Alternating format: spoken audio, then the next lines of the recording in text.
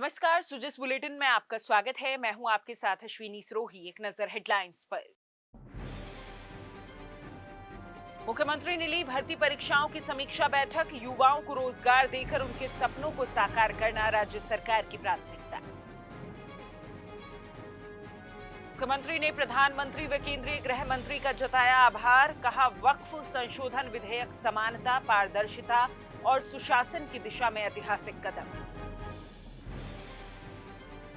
अब जिला कलेक्टर के स्तर से खाद्य सुरक्षा सूची में जुड़ और हट सकेंगे नाम। नए प्रावधान से अधिक पात्र लोगों को मिलेगा लाभ। मुख्यमंत्री श्री भजनलाल शर्मा ने कहा कि युवाओं को रोजगार देकर उनके सपनों को साकार करना डबल इंजन सरकार की सर्वोच्च प्राथमिकता है। सभी भर्तियों को निष्पक्ष और पारदर्शी रूप से नियत समय में पूरा कराने के लिए हम कृत संकल्पित हैं। उन्होंने कहा कि राज्य सरकार 1.25 साल के अल्प कार्यकाल में ही 5 रोजगार मेलों का आयोजन कर अब तक 67,000 से अधिक पदों पर नियुक्तियां दे चुकी है। भविष्य में हर 3 माह में ऐसे मेलों का आयोजन कर युवाओं को नियुक्ति का तोहफा दिया जाएगा। श्री शर्मा शुक्रवार को मुख्यमंत्री निवास पर लंबित एवं प्रक्रियाधीन भर्तियों की स्थिति के संबंध में आयोजित समीक्षा बैठक की अध्यक्षता कर रही थी। उन्होंने कहा कि विभिन्न विभागों में 1,88,000 से अधिक पदों पर भर्तियां प्रक्रियाधीन हैं। उन्होंने अधिकारियों को निर्देश दिए कि भर्ती विज्ञापन जारी करने, परीक्षा आयोजित करने, परिणाम घोषित करने तथा दस्तावेजों की जांच करने संबंधी सभी प्रक्रियाओं को निर्बाध गति से पूरा करने के लिए अतिरिक्त संसाधन और कार्मिक लगाकर शीघ्र से शीघ्र नियुक्तियां प्रदान की जाए। श्री शर्मा ने कहा कि राज्य सरकार ने लंबे समय से न्यायालय में लंबित लगभग 9,800 पदों पर भर्ती प्रक्रियाओं को प्रभावी पैरवी करवाकर आगे बढ़ाया है। उन्होंने अधिकारियों को निर्देश दिए कि न्यायालय में लंबित अन्य भर्ती प्रकरणों का भी विधिवत परीक्षण करवाकर उनका शीघ्र निस्तारण करवाया जाए, जिससे राज्य के युवाओं के रोजगार का इंतजार जल्द से जल्द खत्म हो सके। मुख्यमंत्री श्री भजनलाल शर्मा ने वक्फ संशोधन विधेयक 2025 के संसद के दोनों सदनों में बहुमत से पारित होने पर सभी देशवासियों को हार्दिक बधाई और शुभकामनाएं दी हैं। उन्होंने कहा कि ये विधेयक देश के प्रधानमंत्री श्री नरेंद्र मोदी के सबका साथ, सबका विकास, सबका विश्वास के संकल्प का प्रमाण होने के साथ ही देश में समानता, पारदर्शिता और सुशासन को मजबूत करने की दिशा में एक ऐतिहासिक कदम है। मुख्यमंत्री ने इस अभूतपूर्व विधेयक के लिए प्रधानमंत्री श्री नरेंद्र मोदी व केंद्रीय गृह मंत्री श्री अमित शाह का आभार जताया। मुख्यमंत्री ने कहा कि वक्फ संपत्तियों को लेकर वर्षों से चली आ रही अनियमितताओं और अपारदर्शिता को समाप्त करने के लिए संशोधन आवश्यक था। ये वक्फ प्रशासन में पारदर्शी, जवाबदेह और निष्पक्ष व्यवस्था सुनिश्चित करने के साथ साथ गरीब व जरूरतमंदों को सशक्त भी बनाएगा। उन्होंने कहा कि इससे सभी नागरिकों के अधिकारों की रक्षा होगी और किसी भी प्रकार के अनुचित विशेषाधिकार या भेदभाव को समाप्त किया जा सकेगा। राजस्थान राज्य से होने वाले कुल निर्यात की शीर्ष 5 वस्तुओं में शामिल वस्त्र उद्योग प्रदेश की अर्थव्यवस्था का मजबूत स्तंभ है। प्रदेश में फाइबर से फैशन तक के विजन के साथ मुख्यमंत्री श्री भजनलाल शर्मा के नेतृत्व में राज्य सरकार ने प्रदेश में Rajasthan textile and apparel policy 2025 लागू की है।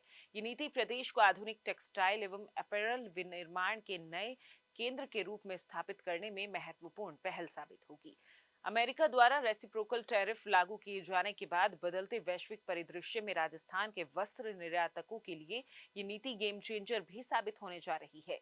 Rajasthan textile and apparel policy 2025 में निर्यातकों को प्रोत्साहित करने के उद्देश्य से प्रदेश में पहली बार गारमेंट मैन्युफैक्चरिंग सेक्टर को भी शामिल किया गया है। साथ ही इस नीति में प्राकृतिक एवं कृत्रिम फाइबर के उत्पादन को बढ़ाने से लेकर तकनीकी टेक्सटाइल्स और वस्त्र विनिर्माण, हैंडलूम, ऊन प्रसंस्करण, चमड़े के उत्पाद, फुटवियर जैसे संबंधित क्षेत्रों को भी समाहित किया गया है।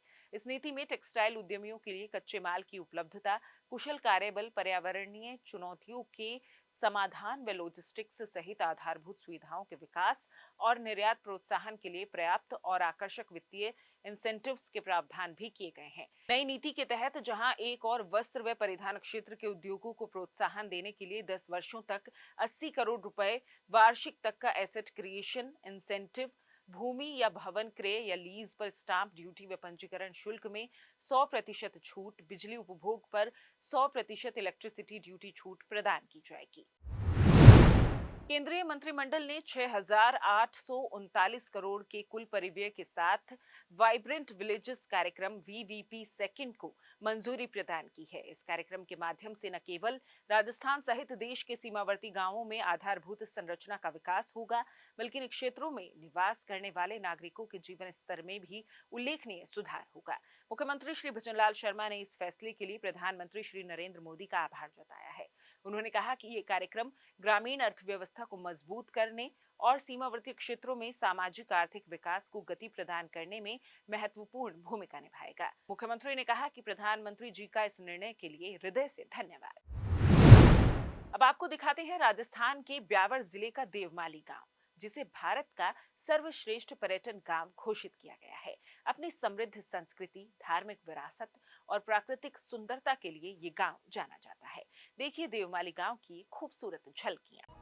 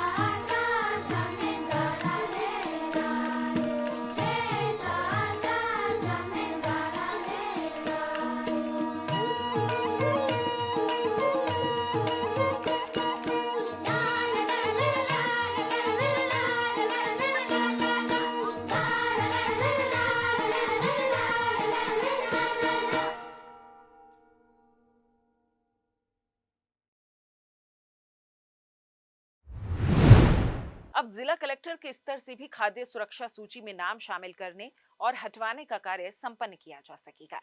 राज्य सरकार द्वारा इस संबंध में अधिसूचना जारी कर नियमों में प्रावधान किए गए हैं।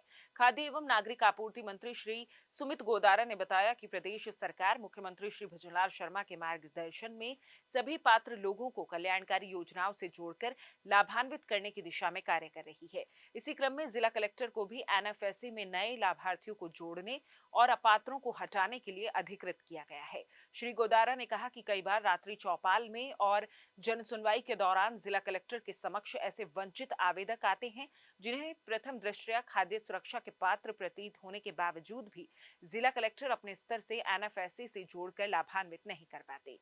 इसी को ध्यान में रखते हुए जिला कलेक्टर को भी अपने स्तर पर खाद्य सुरक्षा सूची में नाम जोड़ने के लिए अधिकृत करने का निर्णय लिया गया है।